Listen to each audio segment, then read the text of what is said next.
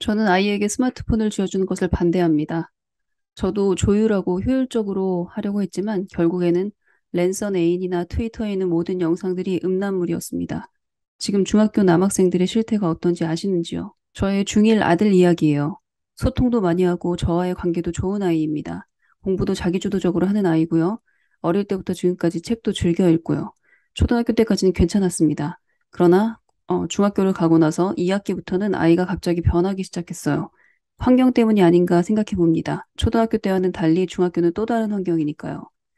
아이의 핸드폰을 우연히 본 날이 있었습니다. 그러다 발견했습니다. 요즘 중학교 아이들의 상황을요. 첫째가 고1인데 그때는 몰랐습니다. 왜 그랬을까? 우리 아이가 안 했던 거죠. 첫째 아들이 그러더군요. 엄마, 제가 중학교 때도 다 저랬다고. 페북, 인스타, 트위터 다 정말 멘붕이었습니다. 제 아이뿐만 아니라 지금 아이들이 거의 모든 아이들이 랜선 애인이나 음란물에 아무렇지도 않게 노출되어 있는 게 현실입니다. 새벽달님께서는 청소년들의 이러한 상황을 잘 모르셔서 이 영상을 찍은 게 아닌가 생각해 봅니다. 저도 몰랐거든요. 제가 왜 모르겠습니까? 저희 큰아들이 대학교 3학년이고 작은아들이 고등학교 2학년인데 핸드폰에서 발견하는 음란물, 어, 이거는 뭐 그럴 수 있는 거고요. 저는 그래서 핸드폰을 들여다보지 않습니다. 그러니까 사생활이라고 생각을 하고요. 그것에 대해서는 뒷부분에서 제가 좀 말씀을 드릴게요. 휴대폰 조절 정말 힘듭니다. 저희 첫째 고1 아이는 중학교 2학년 때 본인이 느끼고 다시 공부에 집중하고 지금은 게임을 하지 않고 필요한 것만 폰으로 찾아보곤 합니다. 솔직히 이런 아이 정말 드물고요. 주변에 볼 때도 없었고요. 게임이나 미디어에 노출되었던 아이들을 다시 제자리로 돌리는 건 정말 어렵습니다. 라고 마무리를 하셨어요. 제가 이분 글을 읽고 좀 느끼는 바가 있어요. 그래서 여러분들이랑 좀 얘기를 해보고 싶어요. 이 랜선애인이나 음란물 공유하는 거, 그리고 음란물을 탐닉하는 이런 문제가 휴대폰 탓이다. 휴대폰이 그 원인이다. 라는 주장인데요.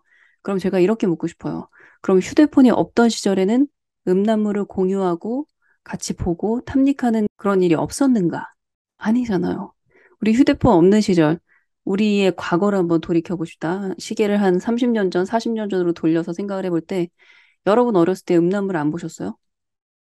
뭐, 제가 처음 본 음란물은 초등학교 6학년 때 그런 이상한 사진이었거든요.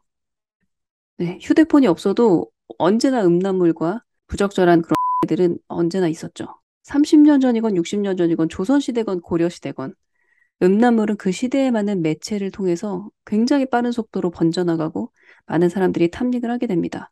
인간의 본성인 것 같아요. 스마트폰 없던 30년 전, 우리 때도 마찬가지였어요. 저도 생생하게 기억하는 장면이 있는데, 제 중학교 2학년 때 같은 반 친구 중에 한 명이 어느 날 갑자기 선생님한테 불려나가서 말없이 뺨을 몇 대를 맞는 거예요. 선생님이 뺨을 때리더라고요. 그래서 저희들이 다 놀랐는데, 그로부터 며칠 후에 그 친구가 퇴학을 당해서 학교에 나오지 않았어요. 나중에 알고 보니까 퇴학 사유가 임신이었더라고요. 중학교 2학년인데, 그쵸. 그런 일이 있었습니다. 그래서 이 음란물이나 청소년들의 이런 성적인 비행은 다시 한번 강조해서 말씀드리건데 스마트폰 탓이 아니에요. 지난 영상에서도 제가 자세하게 아이들이 무언가에 중독돼서 일상이 마비되는 그런 현상을 일으키는 원인에 대해서 얘기를 드렸는데요. 첫 번째는 아이가 정서적으로 공허해서 그렇다라 말씀드렸고, 두 번째는 부모와의 관계가 끈이 끊어져서 어른 돌봄 없이 방치된 세월이 너무 길면 그런 중독에 노출되기가 쉽다라는 말씀을 드렸습니다. 그리고 또 가정 내에 어떤 질서나 규칙이나 약속이 부재했을 경우 역시 중독에 빠지기 쉽죠. 공통적인 것은 어른의 보살핌과 도움과 대화가 필요한 시기에 그것이 없기 때문에 아이들이 스마트폰에 중독되고 이런 음란물에 중독될 수 있다라고 말씀을 드렸어요. 단순히 아이 손에서 스마트폰을 빼앗는다고 해서 그 아이의 공허함, 무기력감, 이런 것들이 사라지는 거 아니죠. 아이한테서 스마트폰을 빼앗는다고 해서 갑자기 부모와의 관계가 끈끈해지는 거 아니죠. 그래서 갑자기 아이가 밝고 건전한 아이로 바뀌는 거 아니잖아요. 근본적인 대책도 아니에요. 왜냐하면 그게 근본적인 이유도 아니었기 때문에 스마트폰이. 그래서 우리 아이가 만약에 음란물에 빠지고 랜선 애인을 찾아 헤맨다. 그렇다면 그 아이 손에서 스마트폰을 빼앗을 것이 아니라 그 아이의 채워지지 않는 마음을 채워주기 위해서 관심을 가지고 돌봐야 되는 게 우선입니다. 그래서 원인을 잘못 분석하면 엉뚱한 솔루션을 내게 돼요. 그래서 그 얘기를 드리고 싶었고요. 또 한 가지 대반전은 뭐냐면 지금 중학교 1학년 아이의 핸드폰을 보고 음란물을 보고 엄마가 굉장히 충격을 받으신 건데 이게 과연 심각한 문제인가? 심각한 중독인가? 엄마가 이렇게 놀라고 충격을 받을 일인가라는 생각을 해볼 때 우리의 어린 시절을 한번 생각을 해봐요. 여러분들은 음란물 한 번도 안 보셨어요?